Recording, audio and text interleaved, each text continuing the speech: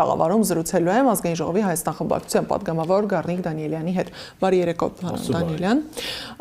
Ընտրությունից ընդամենը 2 ամիս առաջ նման փոփոխություն անելը խնդրահարույց է նաև համաձայն ընտրական միջազգային չափանիշներին։ Վենետիկի հանձնաժողովը բազմիցս նշել է, որ ընտրություններից առաջ կանոնների փոփոխություն ցանկալի չէ, այսինքն հստակ ժամկետ կա։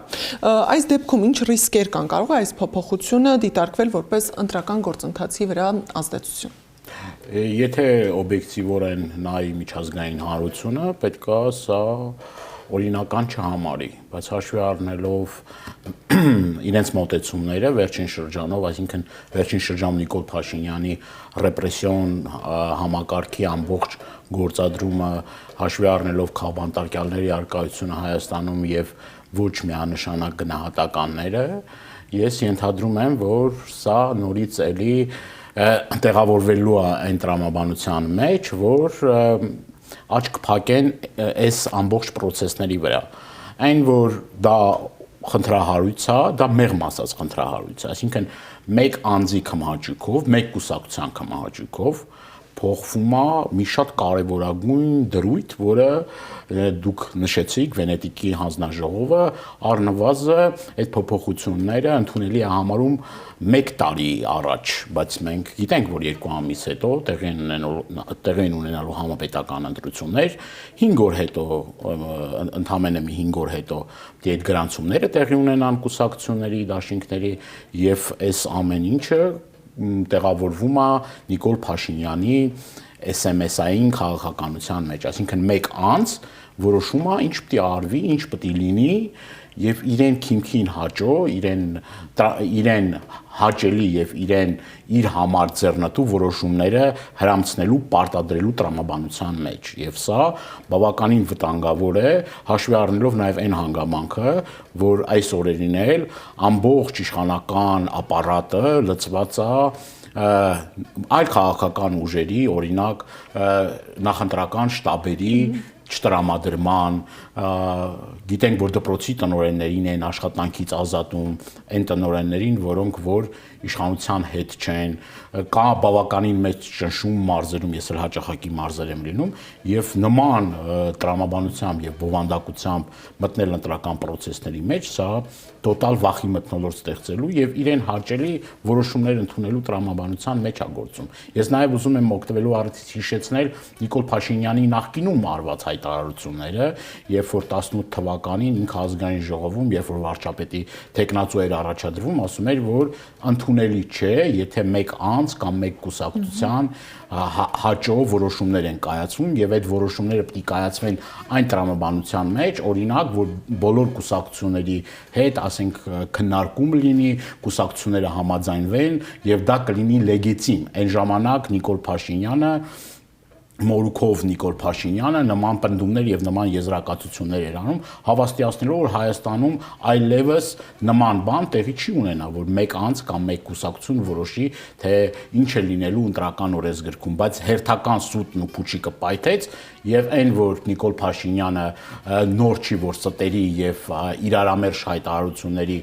վարպետ է, դա ավելի քան պարզ է։ Իշխանությունը սա ներկայացնում է որպես օրենսգրքում վրիպակի շտկում։ Հնարավոր չէր արդյոք այս շտկումը նախ ավելի վաղ անել եւ բացի այդ էլ ընդդիմությունն էլ պնդում է, որ այս փոփոխությունը թիրախային է, կան կոնկրետ անուն ազգանուն պարունակող դաշինքներ, սա արդյոք սահմանափակում է իրենց գործունեությունը, հետագայում նաեւ քարոզարշավի ընթացքում իրենց գործունեությունը եւ սա կարող է նաեւ դիտվել որպես քաղաքական այդ մրցակցության սահմանափակում։ Այո, Հայաստանում այս պայմաններում ազատ մրցակցությունը վտանգված է եւ սա նորից եմ կրկնում, սա անընդունելի է։ Միջազգային պրակտիկայում էլ կան դաշինքներ, որոնք որ նույն եվրոպական երկրներում, օրինակ տվյալ քաղաքական գործիչի անուն ազգանունով դաշինքներ կան եւ եթե սրա մեջ խնդիր կար, որտեղ էր նայում իշխանական կուսակցությունը, այսինքն ինչի չէր սրանից, չգիտեմ, 5 ամիս առաջ, 6 ամիս առաջ, 9 ամիս առաջ նման ուրեմն փոփոխություններ փորձում մտցնել։ Սա ուղիղ միջամտություն է ընտրական process-ների, ընտրական գործընթացների եւ կրկնում եմ, սա անընդունելի է եւ սրանով իսկ բավականին լուրջ խնդիրներ են առաջացնում ընտրական process-ների լեգիտիմության, այսինքն արդեն իսկ իշխանությունը իր ձեռքի տակ եղած ամբողջ գործիքակազմը օգտագործում է, որպեսզի ընդդիմադիր կուսակցություններին, դաշինքների համար անհավասար պայմաններ ստեղծելու։ Ինչու հենց այս փուլում ներկուսակցական քարոզարշավը այս ընթացքում սկսել է, Նիկոլ Փաշինյանն ու իր թիմը շրջում են, հենց մեծ հաշվով այս ամբողջ ընթացքում իրենք այդ քարոզարշավը տանում էին։ Ինչու հենց այս փուլում որոշեցին հրատապ կարգով նման ծրագիր բերել, ոչ օրինակ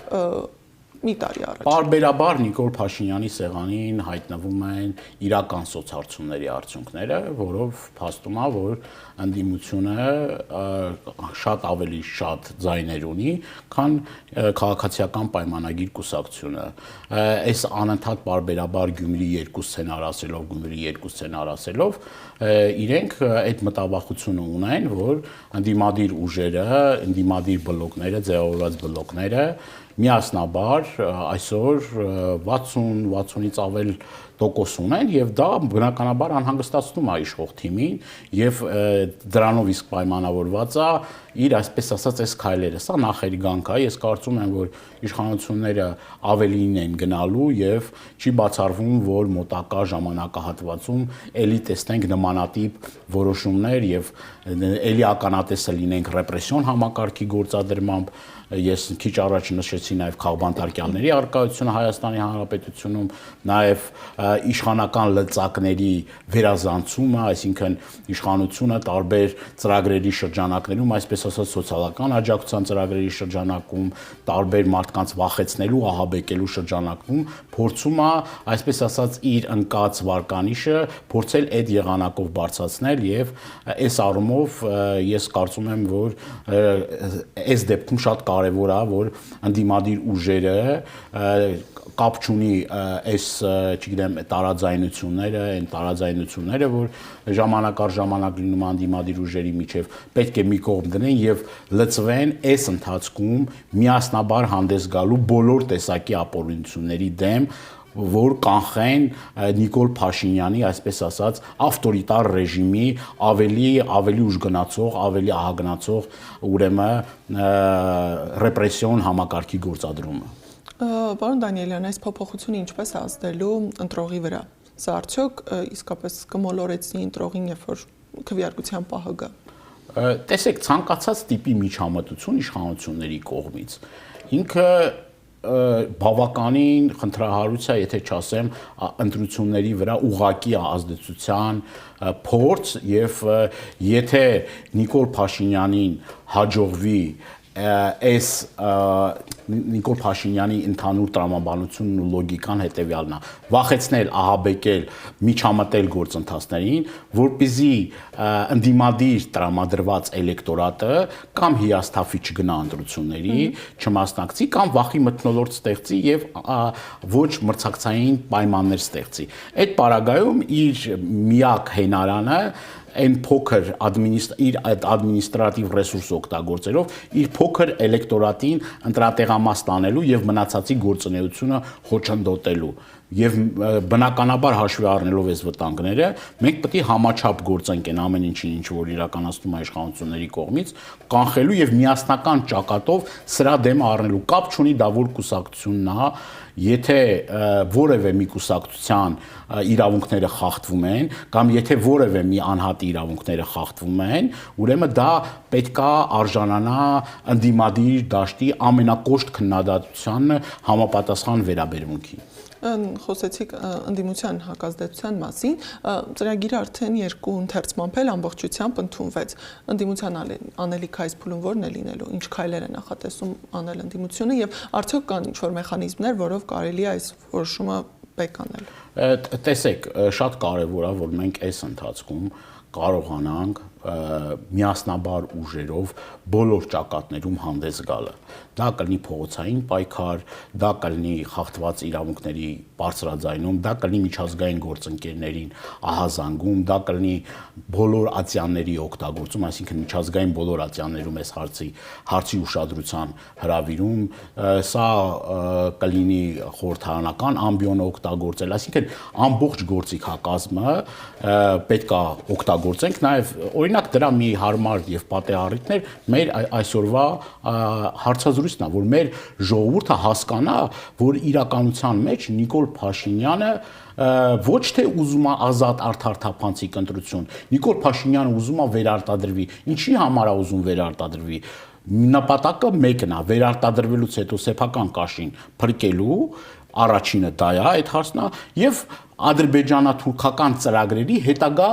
իրականացում։ Մենք սրա մասին շատ ենք խոսել, ճիշտ է։ Մենք էլ ենք արդեն ինչ որտեղ նաև հոգնել այս մասին ասելուց, բայց Սահմանադրության փոփոխությունից սկսած, անկախության հռչակագրի չեղարկումից սկսած, մեր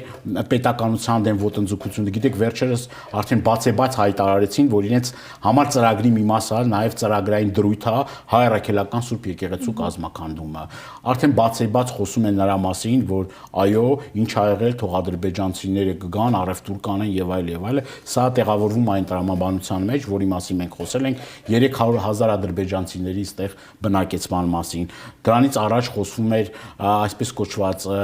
Զանգեզուրի միջանցքի մասին, որի մասին ընդդիմությունը պարբերաբար ահազանգում էր, որ սա ոչ թե ճանապարհ է, այլ միջանցք է։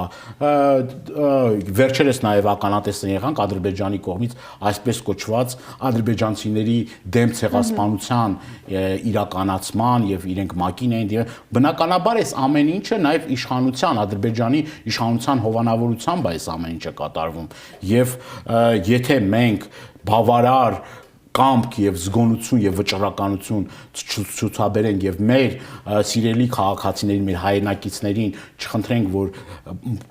մասնակցեն անպայման մասնակցեն, այդ մասնակցությունը շատ կարեւոր է, քաղաքացու կվեն շատ կարեւոր է, կրկնում եմ, Նիկոլ Փաշինյանը գնալու է այն սցենարով, որի մասին քիչ առաջ ես խոսեցի, իր փոքր էլեկտորատին տանելու ընտրության եւ ոնց որ տեղի ունեցավ Երևան քաղաքում, այսինքն Երևան քաղաքում ունենք 9%-անոց քաղաքապետ, որը որ հիմա էլ այսօր էլի ապօրինի որոշումներ ա կայացնում քաղաքային տրանսպորտի վարորդներին ստիպելով, որպեսզի կատարեն մի գործառույթ, որը որ իրենց գործառույթի շրջանակներում չի տեղավորվում։ Ինչ նախադեպ կարող է ստեղծել այս փոփոխությունը ապագա ընտրությունների համար։ Տեսեք, սա շատ վատ նախադեպ է նախ, սա շատ վատ օրենք է, բայց ես ուզում եմ մեկ այլ բանի մասին խոսել։ Շատ կարևոր է, որպեսզի նորից եմ կրկնում, մեր քաղաքացիները հասկանան պահի լրջությունը, մեր հայրենակիցները հասկանան։ Շատ կարևոր է, որ մեր այն քաղաքացիները, որոնք որ շատ ժամանակ ընտրություններին չեն մասնակցում, սա բախտորոշ եւ վճռական փուլ է, եւ այս բախտորոշ վճռական փուլում շատ կարեւոր է, որ մեր հայրենակիցները չհիասթափվեն, անգամ այն ընտրողները, որոնք որ տարիներ շարունակ չեն մասնակցել ընտրություններին, անպայման գնան ընտրության եւ այդ ընտրատեղամասերում իրենց քվեին արժանացնեն ընդդիմադիր տարբեր ուժերին, այսինքն դաշտը կա այդ ընդդիմադիր դաշտում ընտրելու եւ երբեք չհիասթափվեն, անգամ այս ամեն ինչի հետո ինչը որ անում է բնականաբար սա պիտի հակազդեցություն բերի մեր հայրենակիցների մոտ եւ ես կարծում եմ որ սա կարա եւ հակառակ էֆեկտ ունենա, այսինքն բումերանգի պես խփի իշխանություններին, իրենք ինչ են ուզում անել այն ինչ որ ես ասեցի, մենք էլ պետք է համապատասխան անենք այն ինչ որ մեզնից է կախված, մեզնից կախված է ակտիվ մասնակցել, մեզնից կախված է որ մեր հայրենակիցներին հորդորել եւ կոչ անել ի հեճուկս էս ամեն ինչի էլեկտորալ պրոցեսներին մասնակցել եւ դա պետքա անպայման տեղի ունենա եւ այդ հիասթափությունը չպետք է լինի մեր հայրենակիցների կողմից ինչքան էլ որ իշխանությունները փորձեն մեր հայրենակիցների մոտ վախի մթնոլորտ սերմանել։ Այսինքն այդուամենայնիվ կարծում եք որ այս փոփոխությունը չի ազդի ընտրության արդյունքի վրա։ Տեսեք, այս եւ այս փոփոխությունները եւ այն ինչի մասին որ ես ասեցի, կարող է եւ ազդել, եթե մենք ճիշտ չաշխատենք։ Կարող է եւ ազդել, եթե մենք մեր քաղաքացիների հետ ակտիվ չաշխատենք եւ չբացատրենք այն հետևանքները, այն բոլոր կործանարար հետևանքները, որը որ կարա ունենա Նիկոլ Փաշինյանի եւ ԿՊ-ի իշխանության վերարտադրությունից հետո։ Այս պարագայում շատ կարեւոր է մեր կոմունիկացիան մեր հայրենակիցների հետ։ Այս պարագայում շատ կարեւոր է, որ ընդդիմադիր դաշտը լծվի հենց այդ աշխատանքով, ոչ թե միմյանց քարկոծելու, ոչ թե միմյանց վրա ցեղ շպրտելու, այլ իրականում գործին լծվելու, աշխատանքին լծվելու եւ ունենալու մեկ թիրախ, ոչ թե ներընդդիմադիր դաշտում լինեն պառակտումներ, միմյանց նկատմամբ գզվրտոցներ եւ այլ, այլ թիրախային լինի այս ճարիքի իշխանության հերացումը։ Սա մեր համար պետք է լինի գերխնդիր եւ քաղաքական կուսակցությունները, այն ուժերը, որոնք որ իրենց գերխնդիրը թողած կզբաղվեն այլոց մրոտելով, ցեխոտելով, ուրեմն իրենք ջուր են լցնում Նիկոլ Փաշինյանի ջրաղացին։ Եվ այս առումով կարևոր է համակարգված, դրա մասին մենք շատ ենք խոսել, Հայաստան դաշինքի եւ падգամավորները, եւ առաջնորդը Հայաստան դաշինքի եւ Հայ հեղափոխական դաշնակցության ներկայացուցիչ Խանը Սաղաթելյան սրա մասին շատ է խոսել։ Ընտրական process-ների, նախընտրական process-ների մասին են խոսել, բուն ընտրական process-ների մասին են խոսել։ Այսինքն շատ կարևոր է, որ մենք կարողանանք պաշտպանել եւ պահպանել քաղաքացիների քվեն, շատ կարևոր է, որ մենք մեր քաղաքացիներին հորդորենք մասնակցել ընտրություններին, այդ պարագայում իշխանությունները շանս չեն ունենա։ Բայց եթե դրանով չզբաղվենք եւ հանգիստ լինենք եւ հուսանք, որ իշխանությունները այսպես ասած հեշտ ու հանգիստ իրենց իշխանական աթոռներից ուրեմն հրաժարվելու են, դա միամտություն կարող է լինել, չէ՞։ Միամտություն կլինի, որ նման կերպ մենք մտածենք։ Նիկոլ Փաշինյանը, կրկնում եմ, եւ քաղաքացիական պայմանագիր կուսակցությունը ամեն ինչ անելու է օրենքները շրջանցելով, որպեսզի վերարտադրվի։ Մենք էլ պետք է անենք հակառակը, բերենք իրենց օրենքի դաշտ եւ մեր քաղաքացիներին, կրկնում եմ, ասել, որ ձեր քվեն անչափ կարևոր է Հայաստանի Հանրապետության հետագա ճակատագրի եւ լինելության համար։ Պարոն Դանիելյան, խոսեցինք նախընտրական շրջանի մասին, քաղաքացիական պայմանագիրը, մասնավորապես Նիկոլ Փաշինյանը, այսպես ասած, սահմանել է, թե ինչ կանոններով են խաղալու նախընտրական շրջանում, ինչ փաթեթավորում են տալիս, այդ բաժանումը, որ արել են, պատերազմի կուսակցություն, խաղաղության կուսակցություն, ընդհանուր կուզեի խոսեինք նաև ԿՊ-ի որդեգրած քաղաքականության մասին, նախընտրական քաղաքականության մասին, որը փաթեթավորել են իրենք խաղաղության եւ պատերազմի։ Նիկոլ Փաշինյանը ասոցացվում է պատերազմի, պարտության, նվաստացումների հետ։ 18 թվականին ընտրվել է բերելա պատերազմներ, 20 թվականին վերարտադրվել է բերելա պատերազմներ, արդեն հաշիվը կորցնում ենք, թե ինչքան պատերազմ եւ աղետներ է բերել, եւ բայց փայլուն կերպով իր մոտ մենակ մի բան է ստացվում։ Պարտությունը ներկայացնել հաղթանակ, ողբերգությունը ներկայացնել որպես երջանկություն, Արցախի կորուստը ներկայացնել որպես Հայաստանի Հանրապետության անկախություն, Հայաստանի Հանրապետության սուվերեն տարածքների զիջումը ներկայացնում է որպես սահմանազատում եւ սահմանագծում, այսինքն ուղիղ ծուր հայելիների թակավորության մեջ ենք ապրում, էլի, այսինքն մարդը, որ ասում է խաղաղություն, նվազագույն բարոյականությունը չունի, մի հատ հետ հայաց գցելու եւ տեսնելու այդ աղետներն ով է բերել։ Ով է եղել 18 թվականից մինչև հիմա իշխանության, ով է եղել 8 տարի իշխանության են եղել անձիկ, որոնք իրենց անհեռատես քաղաքականության, անդրեք դավաճանական քաղաքականության, անփորձության, տգիտության, չգիտեմ, մեծամտության արդյունքում բերել են աղետ, պատերազմ, պարտություն, աղետ, պատերազմ, պարտություն, պերմանենտ զիջումների գնով այս ընթացքում ասում են, գիտեք, այս հատվածը որ կա, չգիտեմ, մի քանի ամիս է, թե 1 տարի է, խաղաղություն է, կներեք, բայց մինչև 20 թվականն էլ, չէ, կարծեք թե պատերազմ չկար, բայց վերահաս վտանգը կանխվեց, իհարկե ոչ, Ադրբեջանը փոխել է իր խոսույթը, իհարկե ոչ, այս պահին ով ում է ձեռնտու Հայաստանում, որ իշխանության մնա Նիկոլ Փաշինյանը եւ Հայաստանի Հանրապետության կազմակերպումը, Ալիևի եւ Էրդողանին, եւ դրա մասին բացեբաց խոսում է Ալիևը եւ Ալիևի սատելիտները, այլ ադրբեջանական բլոգերներից սկսած մինչեւ իրենց տարբեր քաղաքական գործիչներ խոսում են, որ իրենց տեխնացու Նիկոլ Փաշինյանն է, բայց մեր պատիվն ու արժանապատվությունը ուր մնաց։ Մեր ժողովուրդը ոնց կարա քվետա մեկի, որը որ փաստացի Ալիևին թեկնածուն է Հայաստանի Հանրապետության ընտրությունների, բայց նույն դրա շրջանակներում եւ տրամաբանության մեջ չի դադարում են նարատիվն են խոսույթը, որ մենք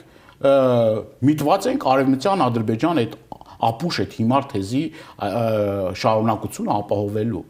այսինքն այն ինչի մասին, որ մենք խոսեցինք, ասեցինք, սա մասին պարբերաբար ենք մենք խոսել, անընդհատ ենք խոսել, եւ հիմա էլ ինքնիշխանության քողի տակ ասում են ինքնիշխանություն, այդ որ ինքնիշխան պետությունն է իր սահմանադրությունն ու անկախության հռչակագիրը փոխում բռնապետ մի բռնակալի, այսպես ասած, պահանջով Եվ այս հարաբերությունների վատ թարացումը հայ-ռուսական հարաբերությունների վատ թարացումը նույնպես աղետալի հետևանքներ են ունենալու եւ տնտեսական, եւ ռազմատեխնիկական, եւ ընդհանուր անվտանգային առումով սա ուղղակի աղետ է, սա ուղղակի մեր, չգիտեմ, էլի իշխանությունների հերթական, այսպես արկածախնդիր քաղաքականության արդյունքում մենք կանգնած ենք հերթական փակուղու առաջ, երբ որ ավանդաբար մեզ բարեկամ եւ դաշնակից երկիր Ռուսաստանը արդեն բան չի մնացել 5 պակաս, որպեսզի վերածվի Հայաստանի համար Հայաստանը որպես ոչ բարեկամ երկիր դիտարկելու կոնտեքստում դրանից բխող բոլոր հետևանքներով կրկնում եմ տնտեսական, անվտանգային եւ այլն։ Եվ այս պարագայում խոսել նրա մասին, որ այս իշխանությունները կարող են հավասարակշռված քաղաքականություն վարել, խոսել նրա մասին, որ այս իշխանությունները կարող են բերել խաղաղություն, միամտությունն է առնվազն։ Որտեղ եք տեսնում այդ խաղաղությունը։ Այսինքն, եթե հիմա չեն կրակում եւ այսօր հարաբերական անդորա եւ զինադադարա, դա նշանակում է, որ մենք խաղաղության մեջ ենք ապրում։ Իհարկե ոչ, իհարկե ոչ։ Եվ եւս մեկ անգամ ոչ։ Ոչ թե մենք չենք ուզում խաղաղություն, մենք ենք ուզում խաղաղություն։ Խաղաղություն են ուզում այն անձիկ, որոնք որ ամենաթանկն են տվել այս պետության համար, այսինքն մենք կոնկրետ մեր քաղաքական ուժը, մենք մեր ընկերներին ենք կորցրել մարտի դաշտում,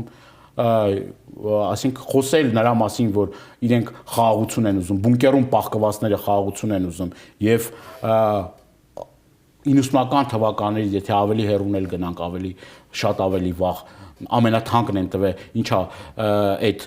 կուսակցությունը կամ այդ ուժերն են ուզում պատերազմ, իհարկե մենք չենք ուզում պատերազմ, եւ մենք ենք բերելու իրական խաղաղությունը։ Այն ուժերը, որոնք որ հասկանում են, բանակցային արվեստը հասկանում են, այն ուժերը, որոնք որ